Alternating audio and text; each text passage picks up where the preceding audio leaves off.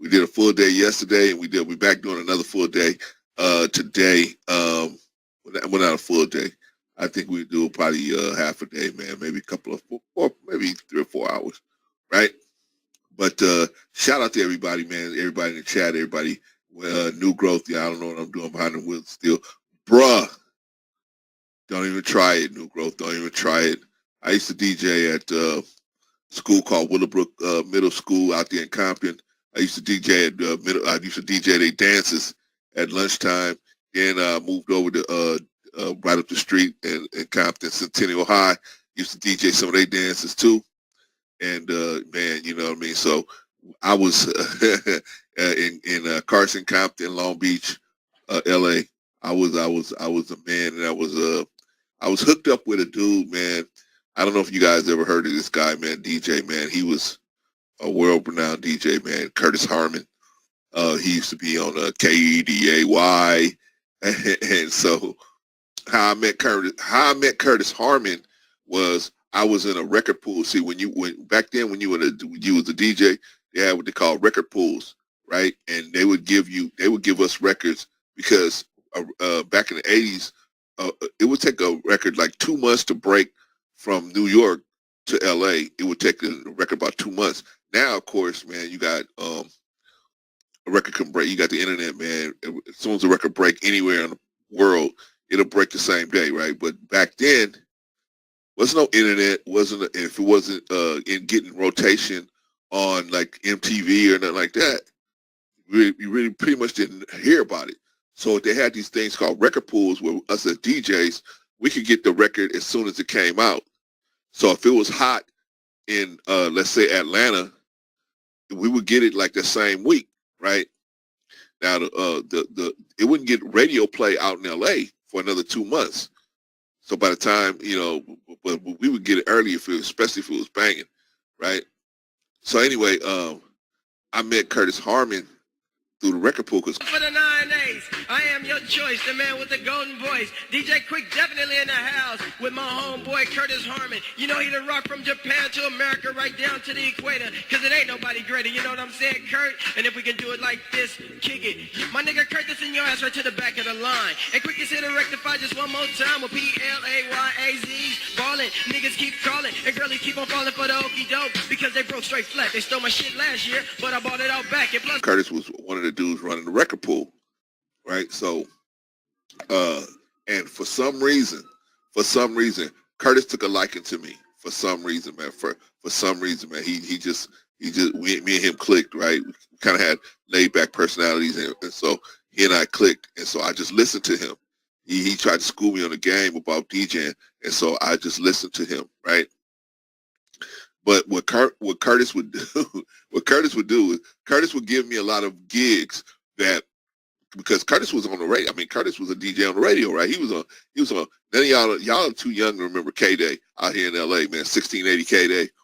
But K-Day was the only rap station out here in LA, and they broke everything, right?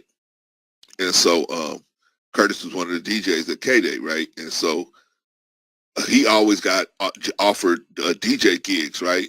But Curtis was like, I'm not doing nothing for under like $1,000 or like $1,500. I mean, that's the least I'm gonna work for. So they would say, hey, Curtis, we want you to do this job for $200-300.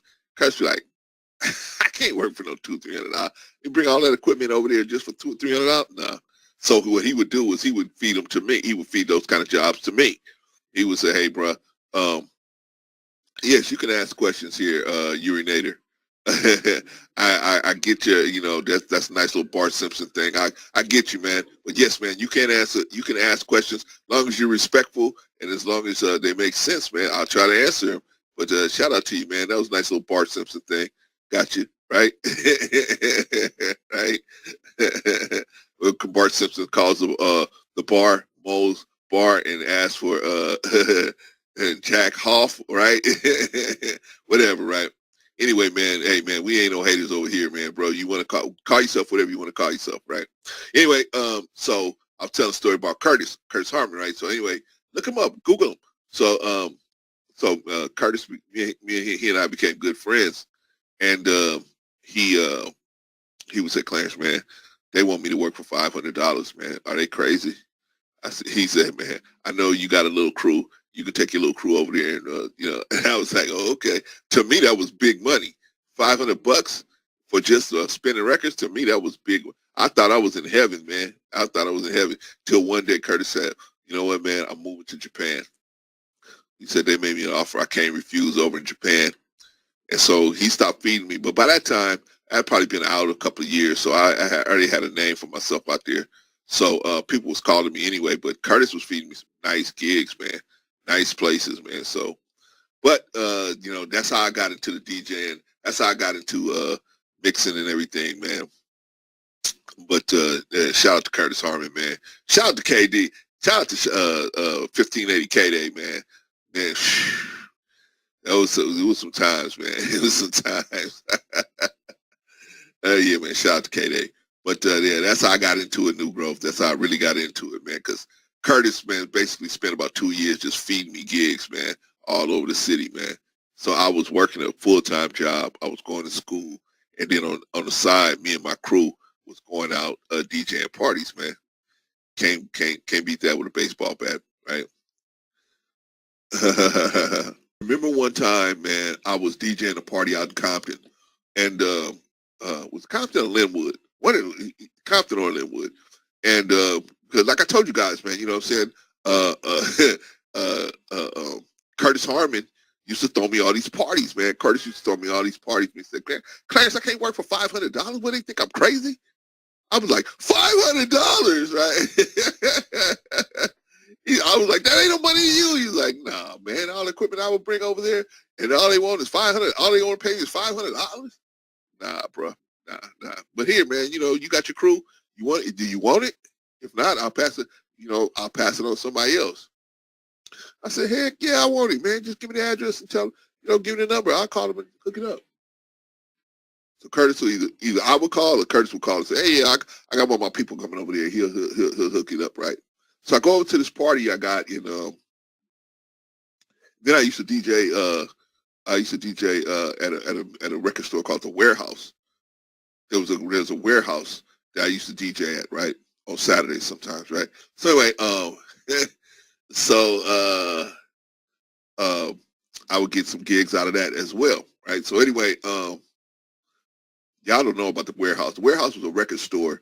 And they you could go in there and shop for records. Well, what the lady had me doing in there was DJing live. Wow! So I was playing some of the records that they had in there, right? So anyway, it was a good gig, man. Nice little gig. So anyway, I got this gig from either that or Curtis, one of the two. Anyway, so I'm in this party. Me and the crew, we at the party right down here in Compton, right? So anyway, or Linwood, I don't know, I forget where is it, Compton or Linwood. Anyway, so this sister was having a birthday party. She was turning 19 years old, right? She was 19 years old, and me and the crew was probably about the same age, maybe some of us a little younger, right? But she turned 19 years old. Brother, let me tell you something, man. She had a cat suit on. No, what you mean, Clarence? A cat suit? Like, you mean like it was tight? Yeah, I mean, no, it was tight, but it was like a cat, like a what are those things that can run real fast? Not a jaguar, but what's a cheetah? She had a suit like a cheetah. It was like a cheetah because it was like around Halloween time, right? So everybody had a costume on, and so she had this cheetah. It was ridiculous, man. It was ridiculous. It was ridiculous, man. Everybody in the place was on it. Hold on, Vagoda. I'm gonna get to the link, man. Hold on. So everybody in the every guy in the play, every single guy in the spot that had any means was trying to get her. So it was about 3 or 4 dudes chasing her all over the place, right? So finally, this one dude comes in, and he's dressed, he's dressed like a retired, he dressed like he's retired out there in Miami Beach, right? So the father's like, who is you? Who is you is? And he was like, "Oh, I'm her boyfriend," right? So he said, "You are you." the father was from the South, man. I'm not the South. SUSOUTH. He was from the South. SAWF. South. He was from the South, right? he said, "Hey boy," he said, come here." He said, "Sit down right here. Let me talk to you. You going out with my daughter, with my baby girl?" He said, "Yes, I am. Yeah, I am." And the dude looked like he was probably about 30, 31, somewhere in there. So the father said, "Sit down." He said, so the dude came and sat down, right? Next thing I know, see now I'm DJing, but when I had a crew with me, right? So I had one dude that could take over for me while I was going around checking, make sure the speakers were working okay, and everything like that. So while I'm doing that, I'm overhearing them dude talking to this cat, right? So the father was like, hey, what you do for money? What you do?" So young brother was like, "Oh, I'm in real estate."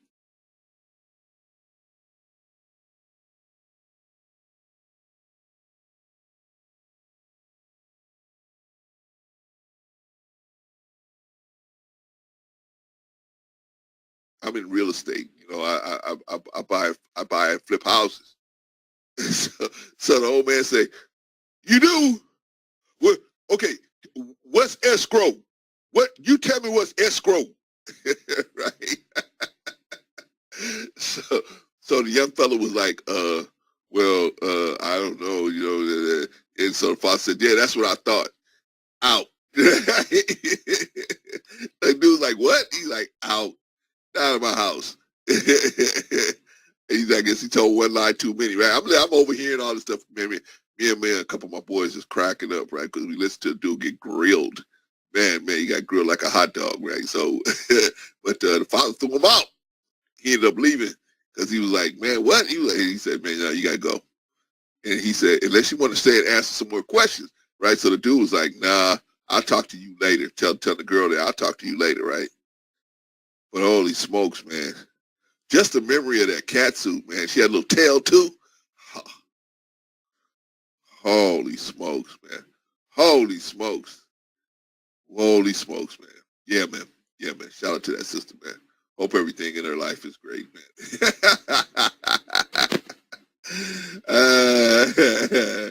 So he say, Brother Clarence was walking around making sure he identified all the felines at the party. And you know what, Sister Eddie, man?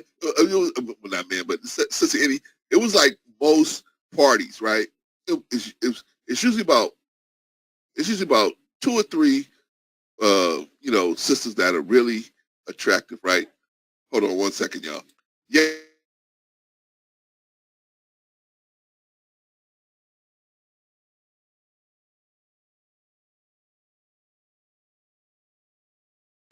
All right, y'all. Sorry about that. Yeah, if I die, so it's usually like maybe two or three girls at the party that are really worth, um, and like most of the guys will be chasing those two or three girls. In other words, let me say it like that. Just like at a club or something, right? Most of the guys are gonna be chasing 10 or 12 girls just at the club, right? So it wasn't, and it was a house party. Remember back in the day we had house parties, right? So it was a house party, right? Dude was throwing this party for his daughter, and it was a house party, right? So anyway, he threw the house party for her, and we were the entertainment, right? Boy, man, boy, oh boy, oh boy, it was worth it when she had that cat suit on. I'm a little more advanced now, Sister Eddie. Yeah, that will make me turn my head all the way around. But before, woo, can't, you know what I'm saying? Got to admit, man, I was really bugging out over that cat suit. But anyway, yeah, man.